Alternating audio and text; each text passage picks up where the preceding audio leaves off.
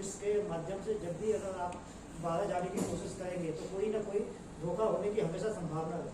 तो इसीलिए जो रजिस्टर्ड एजेंट्स हैं उसकी बाकायदा जैसे बताया अभी इसकी साइबर क्राइम में लिस्ट अवेलेबल है, उन्हीं के माध्यम से वहाँ शॉप डालने के लिए, बोर्ड भी डालने के लिए लोकल बॉडी से परमिशन मांगते हैं, तो ये लोग इन्वेस्टिगेशन नहीं कर रहे।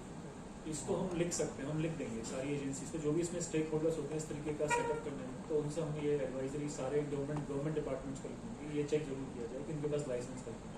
दूसरी चीज़ मैं पब्लिक को ये बताना चाहता हूँ कि ऑनलाइन जॉब्स के लिए अगर आपको किसी ने कॉन्टैक्ट भी किया है और वो जॉब अगर इस तरीके की है कि वो थाईलैंड एंड कम्बोडिया में लेके जाएंगे आपको और वहाँ पे आपको 60,000 रुपये देंगे और आपका खाने का खर्चा, रहने का खर्चा, food accommodation everything will be taken care of, आपको महीने में 2-3 बार छुट्टी देंगे और आपका ट्रैवल एक्सपेंसेस भी वो बियर करेंगे, बट वहाँ पे काम आपको करना है कि सेल्स एग्जीक्यूटिव, फोन पे आपको बात करनी है लोगों से, तो आप समझ जाइए कि ये फ्रॉड हो सकता है क्योंकि सबकी प्रोफाइल ऐसी है, सारे साइबर सिलेबरी कॉल सेंटर और उसके पीछे जो रिक्रूटमेंट के एड्स होते हैं वो सब इसी तरीके के। तो ये रिक्रूटमेंट ऐड अगर आपको कोई दे रहा है, ये सब बता रहा है, आपको ये टर्म्स एंड कंडीशन बता रहा है, तो उस पर जरूर शक करने की जरूरत है और डबल वेरीफाई कीजिए। ऐसा जॉब अगर कोई है तो वो मोस्ट लाइकली लीगल होगा।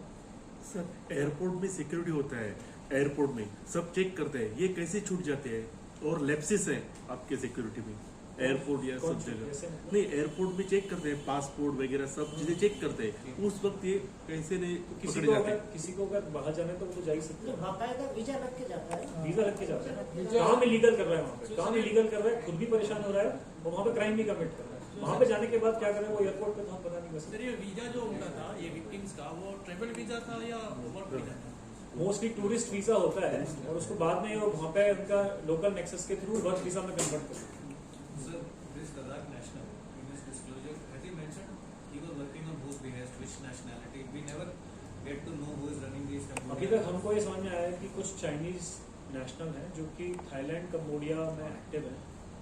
उस रीजन में ये इनका एक ऑर्गेनाइज मशीनरी है जिसमें ये इनका हायरार्की है, उसके थ्रू रिपोर्ट करते हैं एक दूसरे को और ये पूरा गैंग चलाते हैं जो कि इसी काम में इन्वॉल्व है, उसका ये पार्ट है।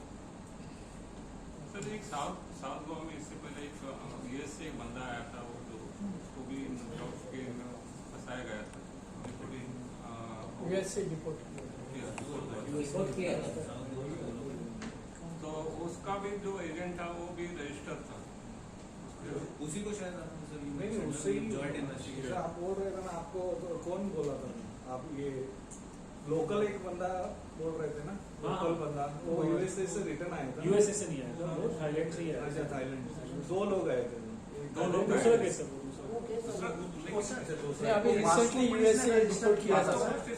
डीजी से बात कर रहे हैं, डीजी से वो वास्को पुलिस स्टेशन में रजिस्टर किया था। ऑफहैंड हमें डिटेल याद अभी नहीं है उस केस का, आपको एसपी साउथ को मैं बोलूँगा आपसे बात। उसमें केस भी आ रहा है, पेंडिंग पुलिस स्टेशन अभी तक रजिस्टर नहीं हुआ है, बंदे आए थे उधर, but some settlement is going on. एक बार चेक करेंगे वास्को डेवलपमेंट आपको बताऊं, यूएस सिटीजन्स का साउथ जिनका जो होगा they will ticket by the agency.